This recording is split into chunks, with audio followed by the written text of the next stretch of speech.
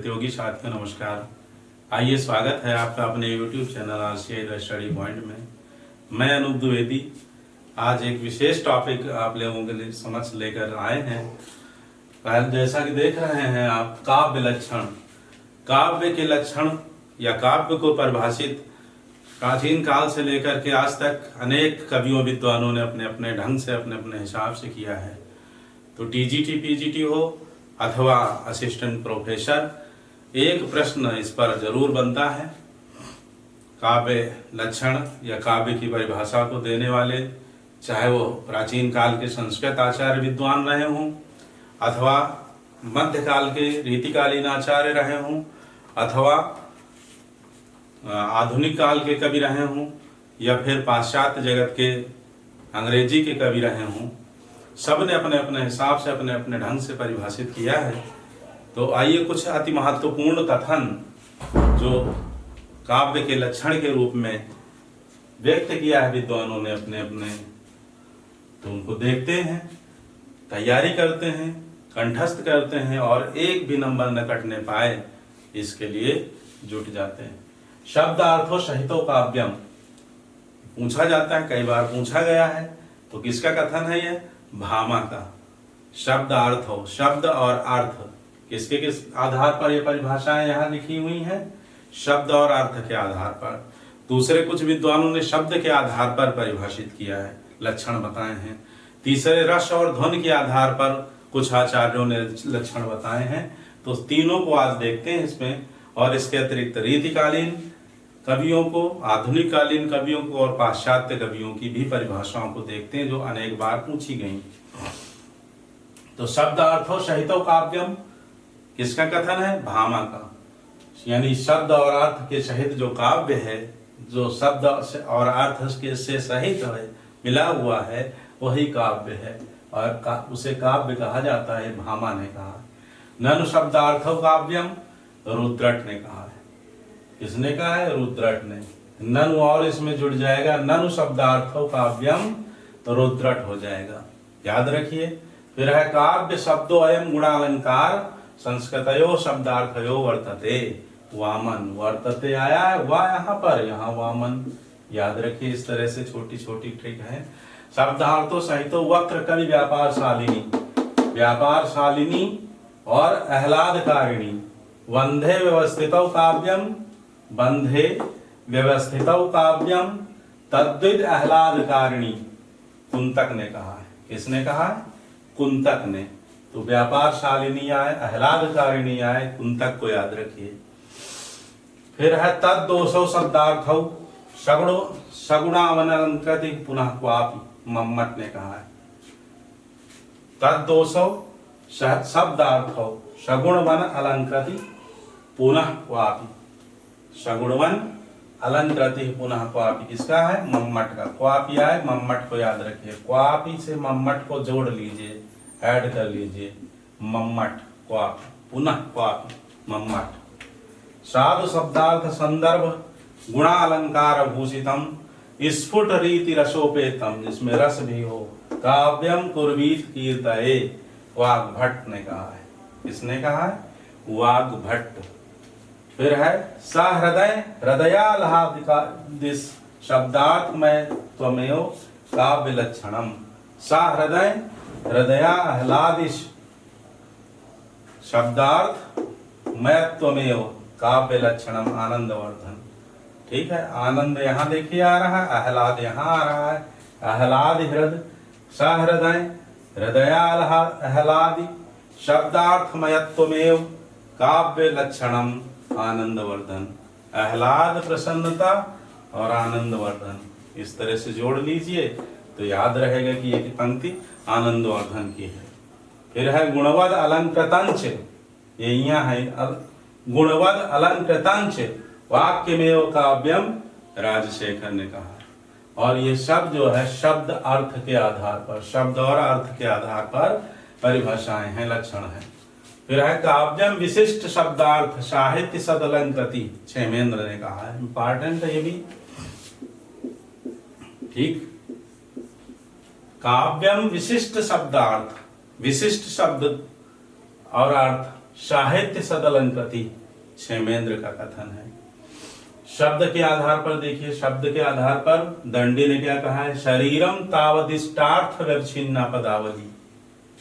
ठीक है, आचार्य दंडी का कथन है, इंपॉर्टेंट है, याद रखिए। कई इंपॉर्टेंट है, यह भी इंपॉर्टेंट है, यह भी इंपॉर्टेंट है, और मम्मट का यह भी इंपॉर्टेंट है, आनंदवर्धन का भी, क्षेमेंद्र का भी और दंडी का भी कथन। शरीरम तावदिष्टार्थ व्यवच्छिन्ना पदावली, आचार्य दंडी। निर्दोषा लक्षणवती, शरीति निरुगुण, रीति के साथ हो, लक्षण हो युक्त हो, भूषण यानी अलंकार युक्त हो, सालंकार रसानेक अनेक रस हो, वृत्तिर्वाक काव्य नाम वाक। जयदेव ने लक्षण बताए। इसने बताया जयदेव ने। ठीक है, याद रहेगा। फिर अगला ये भी इंपॉर्टेंट है, रमणीयार्थ प्रतिपादक शब्द काव्यम। जो रमणीय अर्थ के वो प्रतिपादक शब्द काव्यम जगन्नाथ का कथन है, और यह शब्द के आधार पर है। फिर रस और ध्वनि के आधार पर विश्वनाथ ने कहा है, और बहुत प्रसिद्ध है इनका भी, बहुत इंपॉर्टेंट भी। वाक्यम रसात्मकम काव्यम, वाक्यम रसात्मकम काव्यम, आचार्य विश्वनाथ। वा से शुरू होता है वाक्य, और विश्वनाथ। वाक्यम रसात्मकम काव्यम, विश्वनाथ। फिर है निर्दोषम गुणवत काव्यलंकारैर लंकृतम, रसान्वितम कवि कुर्वन् कीर्तिम प्रीतिम च विन्दति, और यह कथन भोजराज का है।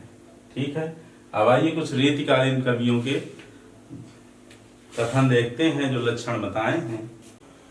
आइए देखते हैं रीतिकालीन कवियों ने काव्य के क्या लक्षण बताए हैं। देखिए, यद्यपि सुजाति सुलक्षणी, सुवरन सरस सुव्रत, भूषण बिनु न विराजई, कविता बनिता मित्त। किसने कहा है? केशवदास जी ने। केशवदास की बहुत प्रसिद्ध पंक्तियां। यद्यपि सुजाति सुलक्षणी, सुवरन सरस सुव्रत, भूषण बिनु न विराजई, कविता बनिता मित्त। केशवदास, याद रहेगा।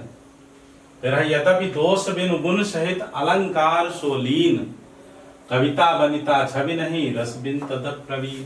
श्रीपति की पंक्ति है। किसकी है? श्रीपति की। यद्यपि दोष बिन गुण सहित, गुणों से युक्त हो, अलंकार भी हो, कविता बनिता छवि नहीं, रस बिन तदप प्रवीण। सगुण अलंकारन सहित दोष रहित जो होई, शब्द अर्थ वारव कवित, विबुध कहत सब कोई। चिंतामणि, आचार्य चिंतामणि का कथन है, जो रीतिकालीन कवि है, चिंतामणि का। ठीक है, सगुण अलंकारन सहित दोष रहित जो होई, शब्द अर्थ वारव कवित। शब्द अर्थ मामा ने शब्दार्थों सहित काव्यम। फिर दोष रहित और गुण सहित कछुक अल्प अलंकार, शब्द अर्थ सो कवित है, ताको करो विचार। और यह विचार किसने किया है? कुलपति मिश्र ने। किसे कहा है? जो दोष रहित हो और गुणों से युक्त हो, जिसमें काव्य दोष ना हो, काव्य गुण हो, और कुछ अल्प अलंकार भी हो, शब्द भी हो, अर्थ भी हो, वही कविता है। ऐसा विचार किया जाए कविता के ये लक्षण होने चाहिए। और कविदेव ने तो बहुत बढ़िया कहा है कि शब्द जीवति अर्थ मन। शब्द यदि जीव है तो अर्थ उसका मन है, और रसमय सुजस शरीर, और रस जो उसमें व्याप्त है, रस विभिन्न नवरस साहित्य के, वह सुजस शरीर है उसका। चलत वह जुग छंद गति अलंकार गंभीर, अलंकार भी होना चाहिए, छंद गति लय ताल तुक भी होनी चाहिए, तो वही कविता है। ये कवि देव ने कहा है। किसने कहा है? देव ने। रस कविता को अंग, भूषण है भूषण सकल, गुण स्वरूप और रंग, भूषण करे करूपता, जो कुरूपता को दूर कर दे, वह कविता है। भिखारी दास ने कहा है। किसने कहा है? भिखारीदास ने। ये सभी रीतिकालीन मध्यकालीन कवि है। और इधर देखिए आधुनिक काल के लेखकों और कवियों ने क्या कहा है कि कविता क्या है। आचार्य महावीर प्रसाद द्विवेदी कहते हैं कि अंतःकरण की वृत्तियों के चित्र का नाम कविता है। अंतःकरण की वृत्तियों के, याद रखिए, अंतःकरण की वृत्तियों के चित्र का नाम कविता है। आचार्य महावीर प्रसाद द्विवेदी। आचार्य रामचंद्र शुक्ल ने क्या कहा है कि जिस प्रकार हृदय की मुक्तावस्था, आत्मा की मुक्तावस्था ज्ञान दशा कहलाती है, उसी प्रकार हृदय की मुक्तावस्था रस दशा कहलाती है। और इस हृदय की मुक्ति की साधना के लिए मनुष्य की वाणी जो शब्द विधान करती आई है उसे कविता कहते हैं। और इस साधना को हम भावावेग कहते हैं, जो ज्ञान योग और कर्म योग के समकक्ष है। ऐसा कौन मानता है? आचार्य रामचंद्र शुक्ल का ये कथन है कि जिस प्रकार आत्मा की मुक्तावस्था ज्ञान दशा कहलाती है, उसी प्रकार हृदय की मुक्तावस्था रस दशा कहलाती है। इस हृदय की मुक्ति साधना के लिए, हृदय की मुक्ति साधना के लिए वाणी जो शब्द विधान करती आई है वह कविता, उसे कविता कहते हैं। और इस साधना को हम भावावेग कहते हैं और कर्म योग तथा ज्ञान योग के समकक्ष मानते हैं। आचार्य रामचंद्र शुक्ल का कथन है। ठीक है, और आगे देखते हैं कथन। देखिए, कविता ही मनुष्य के हृदय को स्वार्थ संबंधों के संकुचित मंडल से ऊपर उठाकर लोक सामान्य भाव भूमि पर ले जाती है, जहां जगत की नाना गतियों के मार्मिक स्वरूप का साक्षात्कार और शुद्ध अनुभूतियों का संचार होता है। यह कथन भी आचार्य रामचंद्र शुक्ल का है। कविता ही मनुष्य के हृदय को स्वार्थ संबंधों से के संकुचित मंडल से ऊपर उठाकर लोक सामान्य भाव भूमि पर ले जाती है, जहां जगत की नाना गतियों के मार्मिक स्वरूप का साक्षात्कार और शुद्ध अनुभूतियों का संचार होता है। आचार्य रामचंद्र शुक्ल। नंद दुलारे वाजपेयी ने क्या कहा? काव्य तो प्रकृत मानव अनुभूतियों का नैसर्गिक कल्पना के सहारे ऐसा सौंदर्यमय चित्रण है जो मनुष्य मात्र में स्वभावतः अनुरूप भावोच्छ्वास और सौंदर्य संवेदन उत्पन्न करता है। इसी सौंदर्य संवेदन को भारतीय पारिभाषिक शब्दावली में रस कहते हैं। ये कथन आचार्य नंद दुलारे वाजपेयी का है। फिर जयशंकर प्रसाद जी क्या कहते हैं? काव्य आत्मा की संकल्पात्मक अनुभूति है जिसका संबंध विश्लेषण, विकल्प या विज्ञान से नहीं है। वह एक श्रेयमयी प्रिय रचनात्मक ज्ञान धारा है। आत्मा की मनन शक्ति की वह असाधारण अवस्था जो श्रेय सत्य को उसके मूल चारुत्व में सहसा ग्रहण कर लेती है, काव्य में संकल्पनात्मक अनुभूति कही जा सकती। जयशंकर प्रसाद ने कहा है। याद रखिए, जयशंकर प्रसाद की भाषा थोड़ा कठिन है। कविता कवि विशेष की भावनाओं का चित्रण, और वह चित्रण इतना ठीक है कि उससे वैसी ही भावनाएं किसी दूसरे के हृदय में आविर्भूत होती हैं। महादेव वर्मा ने कहा है, और बहुत इंपॉर्टेंट है, पूछा गया है, कविता हमारे परिपूर्ण क्षणों की वाणी है। सुमित्रा नंदन पंत की है, कविता हमारे परिपूर्ण क्षणों की वाणी है। पंत को याद रखिए। रसात्मक शब्दार्थ ही काव्य है और उसकी छंदोमयी विशिष्ट विधा आधुनिक अर्थ में कविता है, डॉक्टर नगेंद्र ने कहा है। अब कुछ अंग्रेजी कवियों की देखिए कुछ इंग्लिश पोएट जिन्होंने पोएट्री की परिभाषा दी है कि पोएट्री इज आर्टिकुलेट म्यूजिक, और ये कथन है ड्राइडेन का। याद रखिए, ड्राइडेन ने कहा है कि पोएट्री इज आर्टिकुलेट म्यूजिक। दूसरा है poetry is the best words in their best order, और यह कॉलरिज का कथन है। Coleridge, poetry is the best words in their best order. पूछा गया प्रश्न है, महत्वपूर्ण है। फिर अगला देखिए, poetry is a rhythmic creation of beauty, Edgar Allan Poe ने कहा है। फिर है poetry is the spontaneous overflow of powerful feelings, it takes its origin from emotions recollected in tranquillity, Wordsworth का कथन है। यानी नैसर्गिक भावोद्रेक जो इमोशंस हैं वह कविता है, वर्ड्सवर्थ ने कहा है। Poetry is at bottom A criticism of life, जीवन की आलोचना काव्य है। किसने कहा? आर्नोल्ड ने कहा है।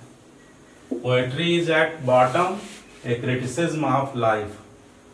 फिर अगला कथन देखिए, poetry is the record of the best and happiest moments in the happiest and best mind.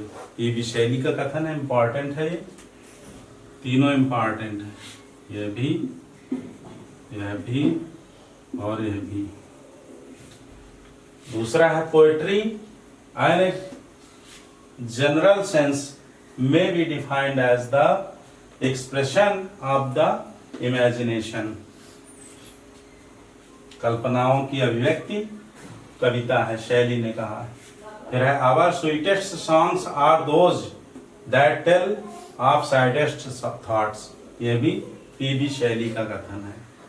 तो इतने यदि आप तैयार कर लेते हैं तो आपका एक प्रश्न निश्चित रूप से, और कभी कभी तो पीजीटी में 3 प्रश्न एक साथ पूछे गए हैं काव्य लक्षण से, इतने से ही जो आपने अभी तक पूरा वीडियो देखा है, सीखा है। तो 1 से लेकर के और 3 प्रश्न तक आ सकते हैं, इसलिए इसे अच्छे से तैयार करना है। व्यस्त रहिए, मस्त रहिए।